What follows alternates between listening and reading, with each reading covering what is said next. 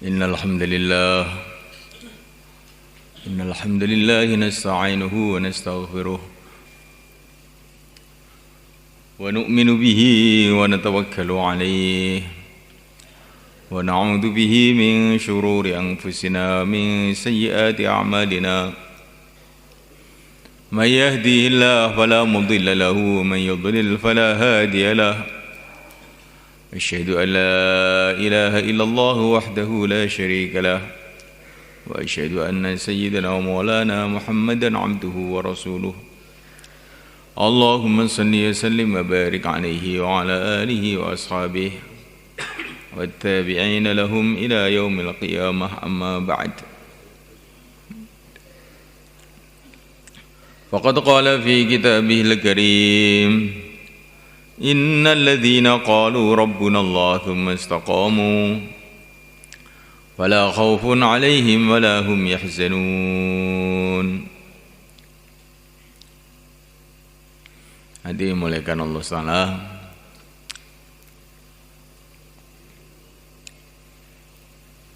ada dua perkara yang mesti harus ada di dalam diri kita. Kalau dua perkara ini senantiasa ada dalam kehidupan kita, kehidupan kita ini akan senantiasa baik, senantiasa ditolong oleh Allah, senantiasa barokah. Dua perkara itu yaitu yang pertama adalah yakin kepada Allah, yang kedua kali yakin dengan perintah-perintah Allah yang dibawa oleh Rasulullah SAW.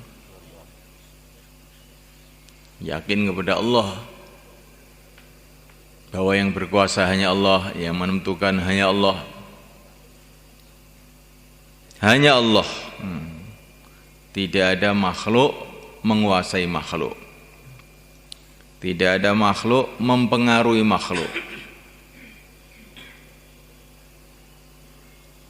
Kulun min indillah, semua makhluk hakikatnya dari Allah.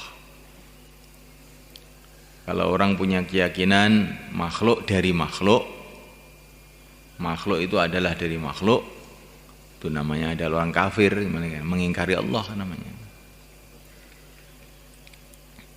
Kalau orang punya keyakinan sebagian makhluk dari makhluk, sebagian makhluk dari Allah, maka namanya syirik. Di mana syirik ini adalah dosa yang tidak diampuni oleh Allah. Kalau orang itu punya keyakinan semua makhluk dari Allah, yang kelihatannya dari makhluk pada hakikatnya dari Allah, nah barulah ini namanya iman yang tulen.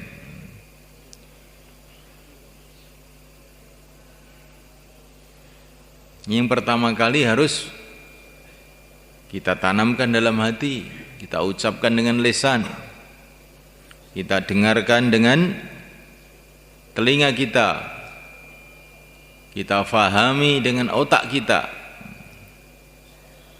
kemudian menjadi sikap hidup kita, berharap hanya kepada Allah, merengek hanya kepada Allah, mengandalkan hanya Allah. Inilah bagian dari makna La ilaha illallah. Ya, kalau kita ini sampai berharap kepada selain Allah, cepat-cepat istighfar. Wah, bahaya ini, keliru nih. Karena berharap kepada selain Allah itu bahaya sebenarnya kan.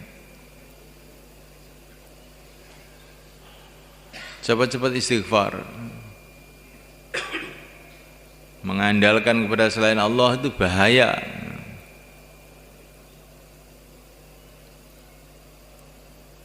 Kalau menyembah selain Allah, menuhankan selain Allah, itu adalah kufur, syirik,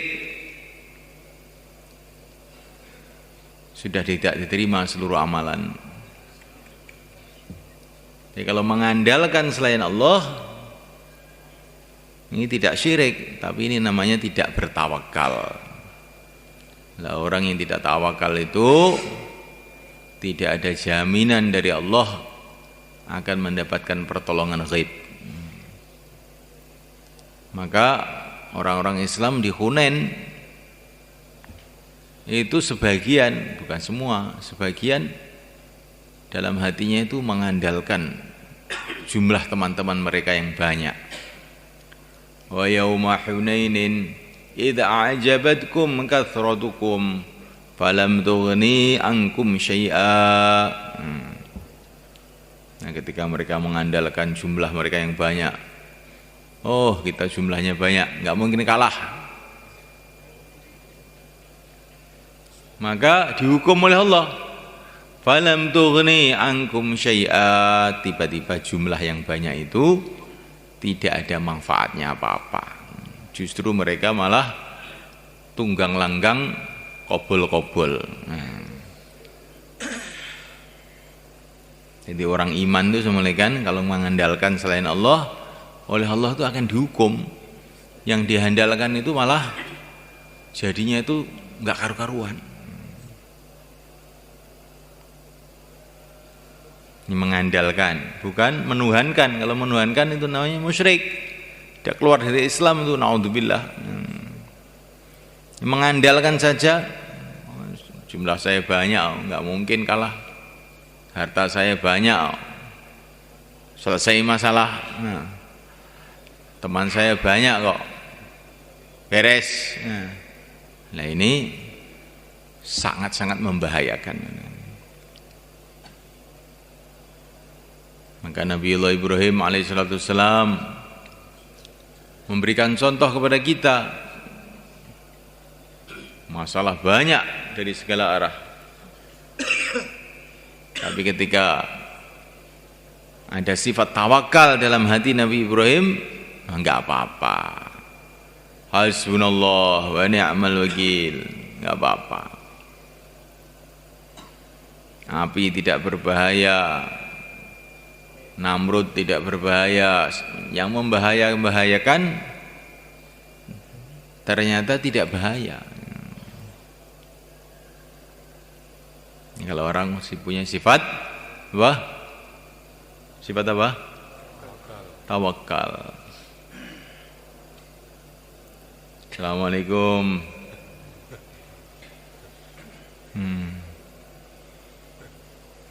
Jangan mengandalkan kepalanya sendiri, tahu-tahu ngantuk nanti. Ya Allah, kepalaku ini tidak bisa bermanfaat kecuali bila Engkau tolong.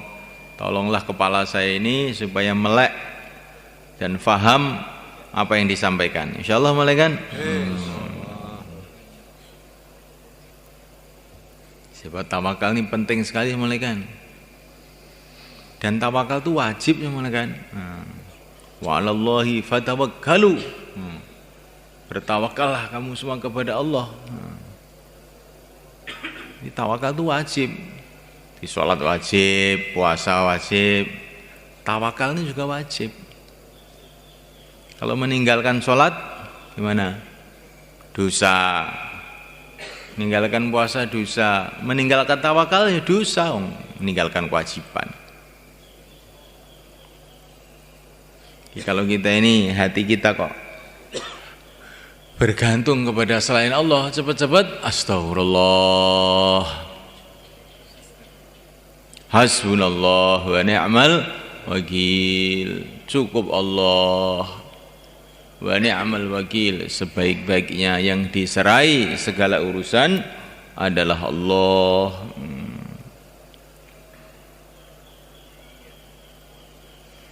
Wa 'alallahi fatawakkalu in kuntum mu'minin. Kalau kamu iman kepada Allah, bergantunglah kepada Allah. Jadi iman ini semuanya kan harus menimbulkan satu sikap yang benar. Kalau orang iman kepada Allah, yang menciptakan semuanya Allah, yang menentukan semua Allah, terus timbul sifat bergantung hanya kepada Allah. Insyaallah malaikat. Kalau iman ini masuk, harus kita punya sikap tunduk. Tunduk kepada Allah SWT. Yakin kepada Allah tapi tidak menimbulkan tunduk, wah jadi iblis kita ini malaikat. Iblis itu yakin kepada Allah, fa bi izzatika, kekuasaan Allah. Yakin dengan kekuasaan Allah. Tetapi kemudian tidak menimbulkan sikap tunduk, malah ngengkel saja. Nah, akhirnya dilempar oleh Allah SWT.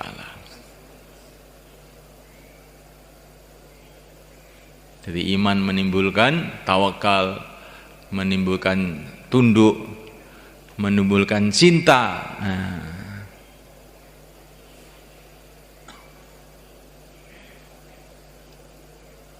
karena semua kebaikan, semua keindahan yang kita lihat ini tidak ada apa-apanya.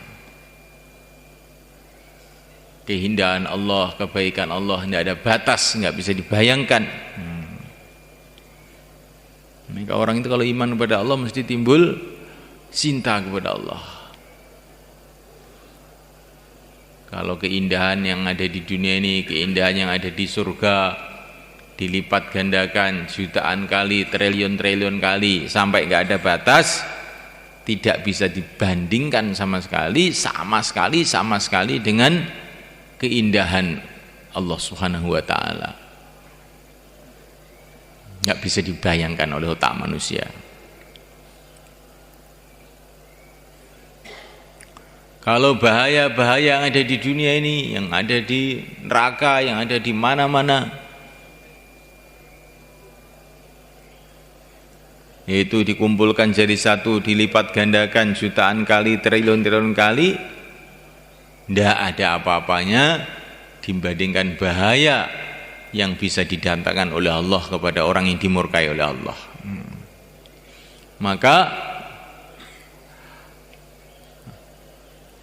iman itu menimbulkan takut, menimbulkan cinta, menimbulkan tawakal, menimbulkan ketundukan.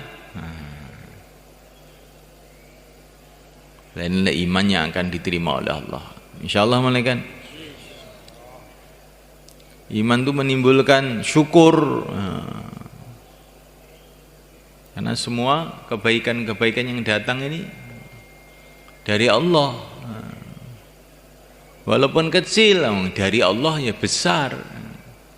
Kalau kita ini dikasih air minum 1 gelas, tapi yang ngasih itu seorang raja, maka kita gembira. Oh, saya dikasih raja segelas air. Yang ngasih kita ini semuanya Allah SWT. Maka nikmat itu walaupun kelihatannya kecil, kalau kita ini melihat itu dari Allah, ini besar kan, bukan kecil. Ini kalau kita lihat dari makhluk jadi kecil. Air dari mana? Dari hujan, jadi kecil. Makhluk dari air dari mana? Dari sumur, jadi kecil.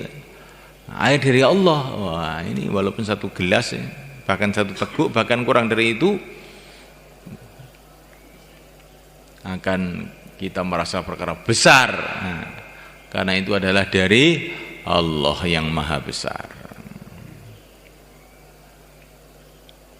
Iman itu menimbulkan sabar. Fasbir li hukmi rabbika fa innaka bi a'yunina. Sabarlah dengan keputusan Tuhanmu, karena kamu semua sudah diketahui, dipandang, dilihat oleh Allah Subhanahu wa taala.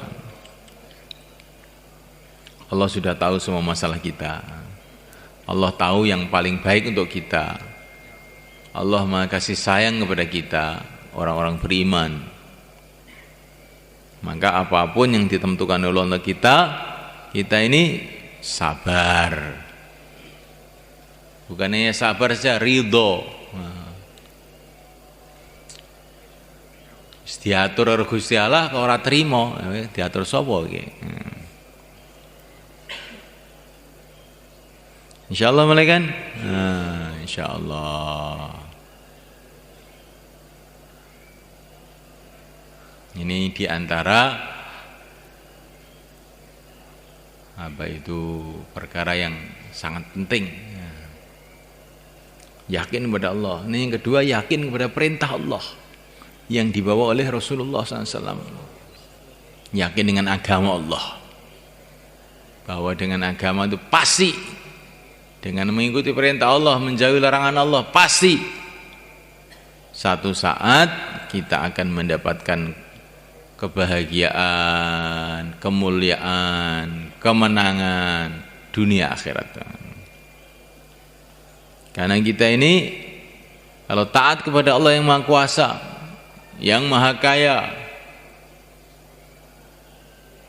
yang Maha Agung, yang Maha Rahman, yang Maha Rahim, bagaimana mungkin kita akan celaka sebenarnya?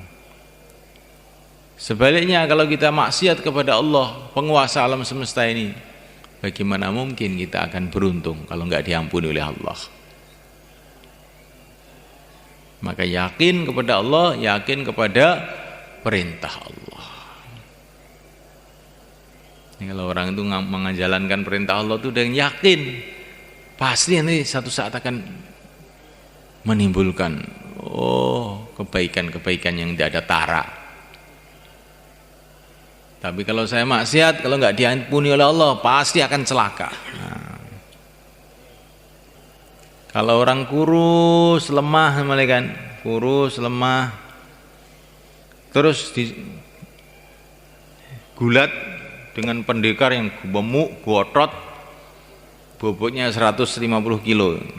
Kira-kira remek apa enggak sebenarnya? Ini kurus gitu, ngantuan lagi. Ya. Musuh kuat besar. Kira-kira remek enggak kira-kira? Oh, mesti remek. Ini manusia udah manusia. Ya, manusia itu sangat lemah. Kok terus musuhan dengan Allah yang Maha Kuat? Ya, apa enggak remek nih? Bukan hanya remek, ajur. Jadi abu nanti. Kalau tidak diampuni oleh Allah. Insyaallah malaikat. Yakin kepada Allah, yakin kepada agama Allah, pada perintah Allah yang dibawa oleh Rasulullah SAW. Kalau ini ada dalam kehidupan kita, kita ini akan selalu beruntung. Ini kalau dua ini nggak ada, wah celaka kita ini. Untuk itu kita perlu latihan hidup taat, latihan hidup yakin. Jangan kita ini hidup lalai, nggak karuan arahnya. Hidup yakin kepada Allah, hidup yakin dengan perintah Allah, hidup tunduk kepada agama Allah. Kita harus latihan ini. Karena manusia itu sudah menjadi fitrahnya, apa-apa perlu latihan. Jalan perlu latihan, ya. Dulu kita nggak bisa jalan, dilatih ibu kita bisa jalan. Dulu kita waktu kecil itu mau tidur tuh susah, ditimang-timang oleh ibu kita, ya. Lama-lama pinter tidur, sekarang sudah pinter, ya. Sehingga bayan tidur, taklim tidur, waktu makan saja tidak tidur. Ini barokahnya latihannya ibu kita dulu. Kita dulu makan itu juga nggak bisa, dilatih sama ibu kita dikit lama-lama ngabisin sambel, ngabisin apa-apa. Nah, manusia itu fitrahnya begitu itu. Kalau ayam enggak, ayam keluar langsung lari, nggak usah latihan. Kalau manusia itu apa aja perlu latihan. Padahal ini perkara-perkara yang sederhana aja perlu latihan. Nah, perkara yang besar, bagaimana hati kita senantiasa tawajuh kepada Allah, kehidupan kita selalu taat, perlu latihan. Maka yang hari ini mau latihan 4 bulan, 40 hari, silahkan berdiri ke selatan. Monggo. Sekarang bayan pendek, latihan yang panjang.